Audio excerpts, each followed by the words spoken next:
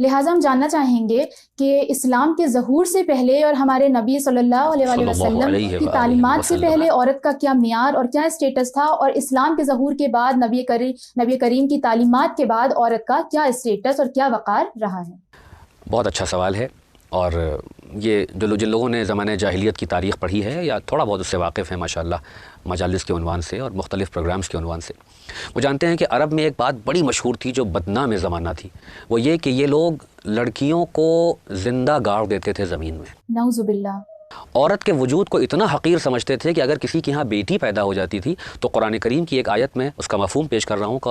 اس میں یہ کہا گیا کہ جب اس کے ہاں بیٹی پیدا ہوتی تو اس کا چہرہ کالا ہو جاتا ہے،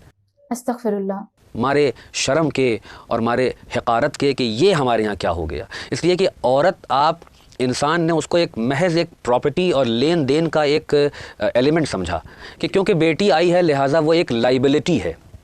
اور یہ جو لائبلٹی کا تصور ہے یہ موجودہ زمانے میں بھی پایا جا رہا ہے، وہ اسلامی معاشرے ہوں کہ وہ غیر اسلامی معاشرے ہوں، جہاں پر علم نہیں ہے، جہاں اویئرنیس نہیں ہے، جہاں فرسودہ باتیں ہیں یا جہاں پر اصل مذہب سے دوری اختیار کی گئی ہے، وہاں عورت کو ہمیشہ ایک لائبلٹی سمجھا گیا۔ تو عرب میں یعنی پری اسلامک عربیہ میں عورت ایک لائبلٹی کا نام تھا، ایک بوجھ کا نام تھا، بیٹیاں حقارت سے دیکھی جاتی تھیں، عورتوں کے نام پر فسادات ہوتے تھے، عورت کو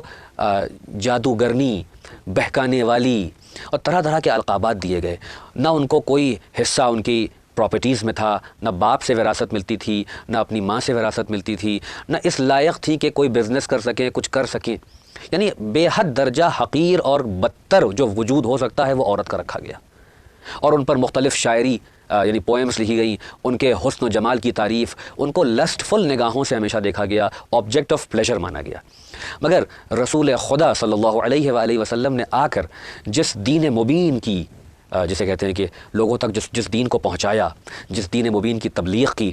اس میں اللہ نے اپنے حبیب کے ذریعے عورتوں کی اصل عظمت کو واضح کیا۔ اگر میدان عمل میں ہیں تو مرد اور عورت عمل کے میدان میں برابر، اگر میدان عبادت میں ہیں تو مرد اور عورت دونوں کو برابر سے عبادت کا موقع اور برابر کا ثواب ہے۔ کوئی دلیل ملتی ہے؟ قرآن مجید کہہ رہا ہے کہ من عمل صالحا، اگر کوئی نیک عمل کرے، من ذکر او انثی، چاہے وہ مرد ہو یا عورت ہو، تو ہم اس کو بہترین حیات دیں گے، شرط یہ ہے کہ وہ مومن ہو، حیات طیبہ اسے عطا کریں گے، وَهُوَ مُؤْمِنٌ فَلَنُحْيِيَنَّهُ حَيَاةً طَيِّبَةً۔ تو اللہ نے یعنی قرآن نے، دین نے، اسلام نے کہیں تفریق نہیں کیا کہ آپ عورت ہیں تو آپ کا عمل کم ہے اور مرد کا زیادہ ہے، یا اگر پیدا کیا تو مرد اور عورت دونوں کو بتایا کہ دیکھو پیدائش کے مرحلے میں دونوں برابر ہیں، دونوں کی رسپانسبلٹیز ہیں، دونوں کی ذمہ داریاں ہیں، دونوں کے حقوق ہیں۔ اسلام نے عورت کو پراپرٹی رائٹس بھی دیا، رائٹ آف ایجوکیشن بھی دیا، سماج میں سر اٹھانے کا موقع دیا، دونوں کو برابر سے رکھا، یعنی جتنی پسماندگی اور جتنی برائیاں اور جتنی خرابیاں عورت کے وجود سے جوڑی گئی تھیں اور عورت کو حقیر بنایا گیا تھا، اسلام نے اس کو معراج کمال تک پہنچایا، ماں کے پیر کے نیچے جنت رکھ دی، ماں کی عظمت کو بتایا، ماں کے حقوق کو بتایا کہ اگر مستحب نماز پڑھ رہے ہو اور ماں بلائے تو نماز کو توڑ کے چلے جانا، یعنی عظمتیں بتائیں، ماں کی عظمت، بیوی کی عظمت، بہن کی عظمت، ایک بیٹی کی عظمت، ایک عورت کی عظمت، اس کو پردہ عطا کیا، اس کے وجود کو موڈیسٹی عطا کی۔ جس بھی اینگل سے آپ دیکھیں گے تو جو کچھ خرابیاں تھیں اسلام نے تمام خرابیوں کو دور کر کے بتایا کہ عورت ایک وجود رحمت کا نام ہے، یہ اتنی بڑی رحمت ہے کہ اس سے پریشان نہ ہو، یہ جس گھر میں آ جاتی ہے، رسول خدا کا قول مجھے یاد آ رہا ہے کہ انہوں نے فرمایا کہ اللہ جس گھر پر نظر رحمت ڈالتا ہے، اس کا مفہوم یہ ہے جس گھر کو بابرکت سمجھتا ہے اس گھر میں بیٹیاں عطا کرتا ہے، بیٹیاں رحمت خدا ہیں، اور جس کو بیٹیاں عطا کرتی ہیں وہ بابرکت گھر ہو۔ لیکن جب آج عورت کے حوالے سے بحث ہوتی ہے تو ہمارا ایک تو عقیدہ یہ ہے کہ اسلام ایک مکمل دین ہے، ایک کمپلیٹ دین ہے، پوری طرح سے نافذ ہونے والا دین ہے۔ تمام یعنی جسے کہتے ہیں کہ تمام شعبے جتنے بھی حیات کے شعبے ہیں، ہر ایک پر اسلام غالب ہے اور ہر ایک پر اسلامی رنگ کا ہونا ضروری ہے، ہر ایک شعبے میں، ہر ایک خطے زمین پر۔ جی، تو جب ہم یہ بات کرتے ہیں کہ پری اسلامک عربیہ کے علاوہ جو دوسرے سویلائزیشن موجود تھے، دوسرے کلچر موجود تھے، تو اس میں عورت کا کیا اسٹیٹس تھا اور کیا وقار تھا؟ وہاں پر بھی کوئی بہت اچھی امیج آپ کے سامنے اٹھ کے نہیں آئے گی، یعنی عرب کے علاوہ بھی مختلف مقامات پر، مختلف تہذیبوں میں عورت کو جو مقام اور مرتبہ ملنا چاہیے تھا وہ نہیں دیا گیا. اگر آپ اینشنٹ روم کی بات کریں تو عورتوں کو وہاں غلام سمجھا جاتا تھا, ایک یعنی جانوروں سے بدتر کیٹیگری میں عورتیں تھیں. اگر آپ قدیم ہندوستان میں آئیں تو بہت لمبا ایک وقفہ گزرا ہے کہ جہاں عورتوں کو نہ حق ایجوکیشن تھا, نہ اور پراپرٹی رائٹ تو ملا ہی نہیں. وہ تو ابھی کی بات ہے, 19th اور 20th سینچری کی بات ہے.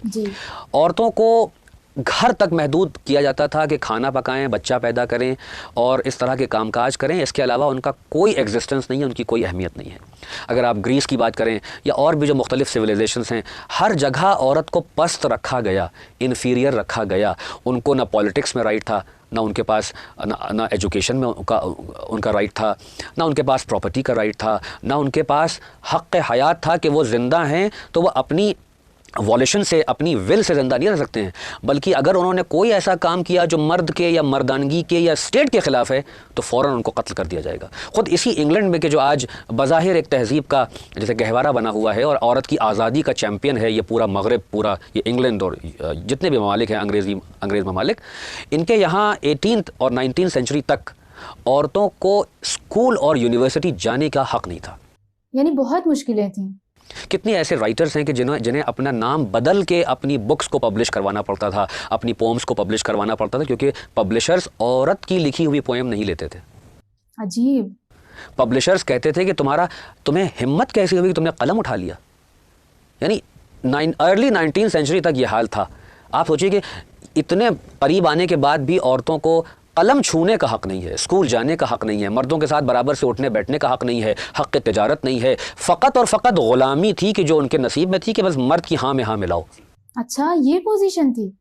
یہی ایک پوزیشن تھی جو عرب کے علاوہ بھی ہم کو عورتوں کی دکھائی دیتی ہے, جو کہیں سے بھی اچھی پوزیشن. یعنی اسے پرنسپل آبجیکٹ نہیں مانا گیا, اسے ہمیشہ سپلیمنٹری کے طور پر دیکھا گیا. بے شک ہم لوگ اپنی انگریزی ادب کی دنیا میں کہتے ہیں کہ مرد کو ہمیشہ سینٹر پہ رکھا گیا اور عورت کو مارجن پہ رکھا گیا. اگر آپ ایک دائرہ بنائیں تو دائرہ جو ہے اس کا جو مرکز ہے وہ مرد قرار پایا, کائنات کا مرکز مرد قرار پایا, اور مرد سے مراد جینڈر لیا گیا. جبکہ قرآن مجید نے جینڈر مراد نہیں لیا ہے, قرآن مجید نے صفات مراد لی ہے. جب بھی قرآن نے جیسے یا ایھا الذین آمنوا کہا ہے تو عورت اور مرد دونوں شامل ہیں, یا ایھا الناس کہا ہے تو عورت اور مرد دونوں شامل ہیں. یعنی اس قرآن جو ہے وہ کوالٹیز سے بات کرتا ہے. قرآن جو ہے وہ جینڈر اسپیسیفک نہیں ہے کہ وہاں جا کے وہ پارشیلٹی کرنے لگے. ہاں, جہاں الگ الگ حقوق ہیں عورت اور مردوں کی ساخت کے حساب سے وہاں الگ حقوق بتائے ہیں, مگر دونوں کو ایک بتا کے بھی بہت سی باتیں رکھی ہیں کہ یہ اصل میں دو ایک وجود ہیں, یہ ایکول ہیں. ان میں کوئی وجودی طور پر کوئی ایک دوسرے پہ سبقت نہیں لے جائے گا.